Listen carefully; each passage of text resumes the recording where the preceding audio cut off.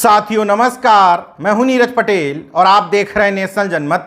उत्तर प्रदेश में हुए निकाय चुनावों में एक खबर फ्लैश होने लगी कि प्रतापगढ़ के कुंडा में यानी कि रघुराज प्रताप सिंह उर्फ राजा भैया के गढ़ में समाजवादी पार्टी के प्रत्याशी सीमा यादव ने राजा भैया की प्रत्याशी को मात दे दी। इस खबर को सुनते ही मुझे सदमा सा लगा और मेरा योगी जी के ठाकुरबाद से भरोसा ही उठ गया। मुझे याद आया वो बयान जब योगी जी ने एक पत्रकार से कहा था कि हाँ, मुझे छत्री होने पर गर्व है।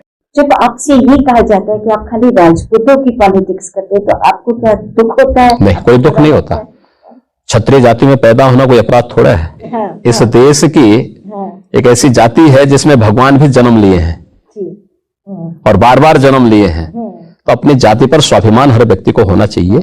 खैर, कुछ समय बाद बताया गया कि पहले जो खबर चल रही थी वो गलत थी। कुंडा से राजा भैया की प्रत्याशी ही चुनाव में जीती है। तब मेरा दोबारा से योगी जी के ठाकुरबाद पर भरोसा जमा और मुझे तसल्ली हुई। हकीकत यह है कि उत्तर प्रदेश का नागरिक होने के नाते जब प्रदेश के मुखिया सदन में कहते हैं कि माफियाओं को मिट्टी में मिला दूंगा, वैसे यह संवैधानिक भाषा है, लेकिन मुझे ये लगता है कि चलो, मेरे प्रदेश का मुखिया इस प्रदेश को माफियाओं से मुक्त कराना चाहता है, लेकिन जब बात उस मुखिया के सजाती माफियाओं की होती है तो एकदम से बाजी पलट जाती है और दिखाई ये देता है उसके शासन सत्ता में विभिन्न समाजों के माफियाओं को नेस्तनाबूद जरूर किया गया है, लेकिन अपने सजाती माफियाओं के वर्चस्व को पुनर्स्थापित किया गया है। जो कुछ भी अभी तक कहा है, एक एक बात को साबित करूंगा। जरा नजर दौड़ाइए कि जब ऐसे चुनाव प्रदेश में होते हैं जिनको शासन सत्ता के चुनाव कहे जाते हैं, जिला पंचायत अध्यक्ष, ब्लॉक प्रमुख, एमएलसी या अभी संपन्न हुए निकाय चुनाव, पूरे प्रदेश में जब आप नजर दौड़ाते हैं तो विभिन्न जिलों में विपक्ष के प्रत्याशी कहते हैं कि शासन सत्ता का दुरुपयोग करते हुए बीजेपी प्रत्याशियों को जिताने की कोशिश की जा रही है। मगर यूपी के इन 4 सीएम के सजाती माफियाओं पर नजर डालिए, यहां पर स्थिति आपको दूसरी दिखाई देगी। राजा भैया का क्षेत्र देखिए, विनीत सिंह का क्षेत्र देखिए, ब्रजेश सिंह का क्षेत्र देखिए या धनंजय सिंह का क्षेत्र। सबसे पहले चर्चा शुरू करते हैं राजा भैया के क्षेत्र यानी प्रतापगढ़ से। मौजूदा निकाय चुनावों में कुंडा नगर पंचायत से भारतीय जनता पार्टी के प्रत्याशी सुमन साहू कह रही थी कि एक दल विशेष का वर्चस्व है, जगह जगह बूथ कैप्चरिंग करवाई जा रही है। मतलब बीजेपी का प्रत्याशी सपा पर नहीं बल्कि जनसत्ता दल पर आरोप लगा रहा था।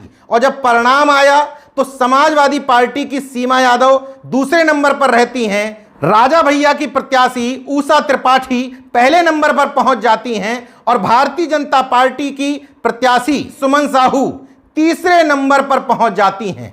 चलिए मान लिया एक आध बार ऐसा हो जाता है। इससे पूर्व हुए जिला पंचायत अध्यक्ष चुनाव पर जरा निगाह दौड़ाइए।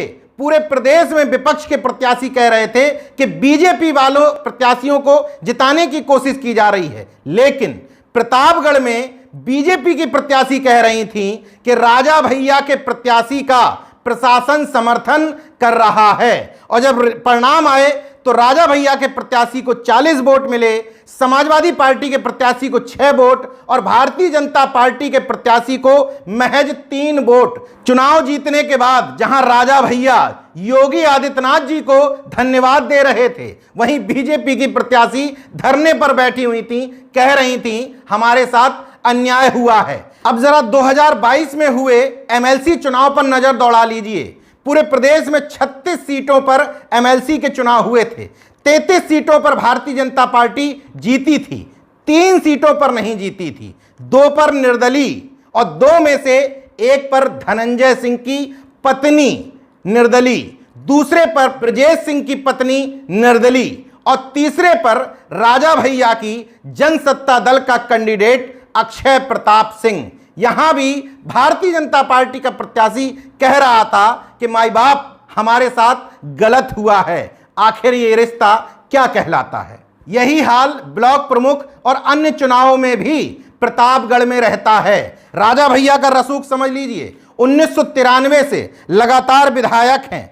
5 मुख्यमंत्री, भारतीय जनता पार्टी के कल्याण सिंह, भारतीय जनता पार्टी के रामप्रकाश सिंह, भारतीय जनता पार्टी के राजनाथ सिंह, समाजवादी पार्टी के मुलायम सिंह यादव, समाजवादी पार्टी के अखिलेश यादव। 5 मुख्यमंत्रियों के राज्य में मंत्री की कुर्सी इन्होंने संभाली है। 25 सालों से जिला पंचायत अध्यक्ष की कुर्सी अपने हिसाब से चलाते हैं, सत्ताएं कोई रही हो। हां, 2011 में जरूर बहुजन समाज पार्टी की सरकार में जिला पंचायत अध्यक्ष अपना नहीं बना पाए थे। प्रमोद मौर्य जिला पंचायत अध्यक्ष बने थे। मतलब भारतीय जनता पार्टी की सत्ता रही हो या समाजवादी पार्टी की, राजा भैया का रसूख और दबदबा कभी कम नहीं हुआ सिवाय मायावती के शासनकाल के।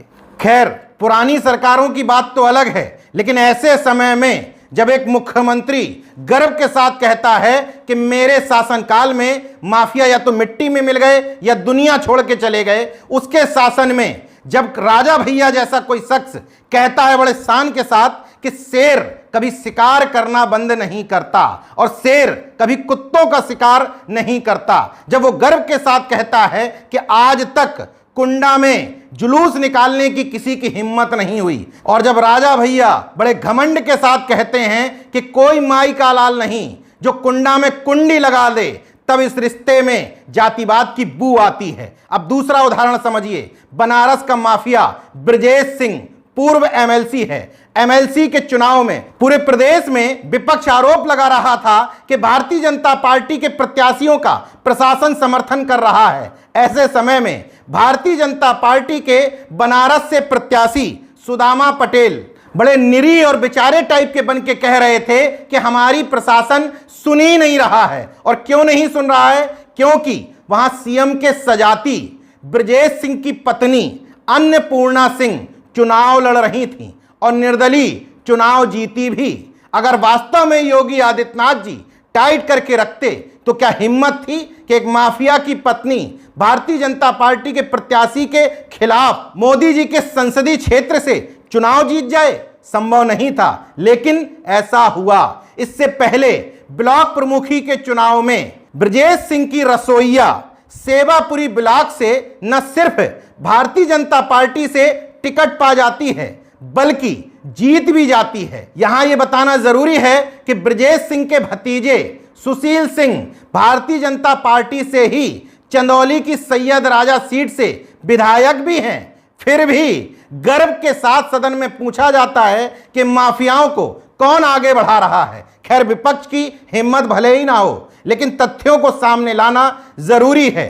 अब जरा जिला पंचायत अध्यक्ष चुनाव पर दोबारा लौटिए। भारतीय जनता पार्टी ने अपनी पिछलग्गू पार्टी अपना दल एस को जिला पंचायत अध्यक्ष की 2 सीटें दी थी, मगर नेशनल जनमत के सूत्र बताते हैं कि 2 सीटें दिलवाई गई थी किसी गणित के तहत, और इसके पीछे दिमाग था बाहुबली माफिया और अब भारतीय जनता पार्टी के एमएलसी विनीत सिंह का।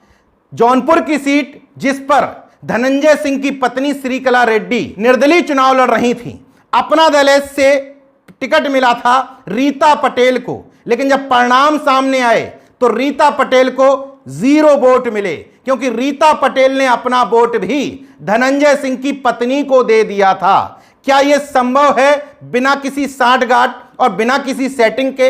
इस सेटिंग का पर्दाफाश तब हुआ जब अपना दल एस को जो दूसरी सीट दी गई थी सोनभद्र, दरअसल सोनभद्र सीट पर बीजेपी से लगभग टिकट तय हो चुका था इंजीनियर रमेश पटेल की पत्नी का, लेकिन विनीत सिंह की एंट्री होती है। टिकट भले ही राधिका पटेल का रहता है, लेकिन बैकडोर से पूरा खेल विनीत सिंह संभालते हैं और उस चुनाव में आशीष पटेल और विनीत सिंह लगातार तस्वीरों में साफ साफ देखे जा सकते हैं। सोनभद्र के स्थानीय लोग बताते हैं कि चुनाव जीतने के बाद जितनी जिंदाबाद अपना दल एस, आशीष और अनुप्रिया की नहीं हुई, उतनी जिंदाबाद के नारे विनीत सिंह के लगवाए गए। अब सवाल यह उठता है कि विनीत सिंह ने ऐसा क्यों किया होगा।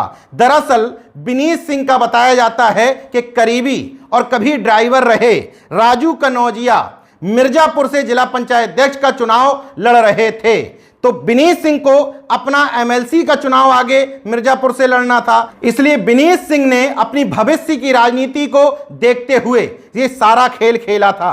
ब्लॉक प्रमुख चुनाव में भी विनीत सिंह की भाभी बनारस से ब्लॉक प्रमुख का चुनाव लड़ती हैं और निर्विरोध चुनाव जीत जाती हैं। अब जरा सोचिए, बिना सत्ता की सहके ये संभव है? जब गुलामी की पट्टी हटा करके इन तथ्यों को गौर से समझेंगे तो आपको समझ में आएगा कि पूर्वांचल में विभिन्न माफियाओं को करीने से निपटा दिया गया है और अपने जाति के माफियाओं का वर्चस्व पुनर्स्थापित किया गया है। लेकिन मैं यहां साफ कर देना चाहता हूं कि परम श्रद्धेय मुख्यमंत्री योगी आदित्यनाथ जी का यह जातिवाद कतई नहीं है, ये राष्ट्र हित में उठाए गए कदम हैं। क्योंकि राम राज्य में अपने जाति का वर्चस्व बढ़ाना राष्ट्रवाद की श्रेणी में आता है। मैं इस क्षेत्र को अब गोबर पट्टी मानने लगा हूं।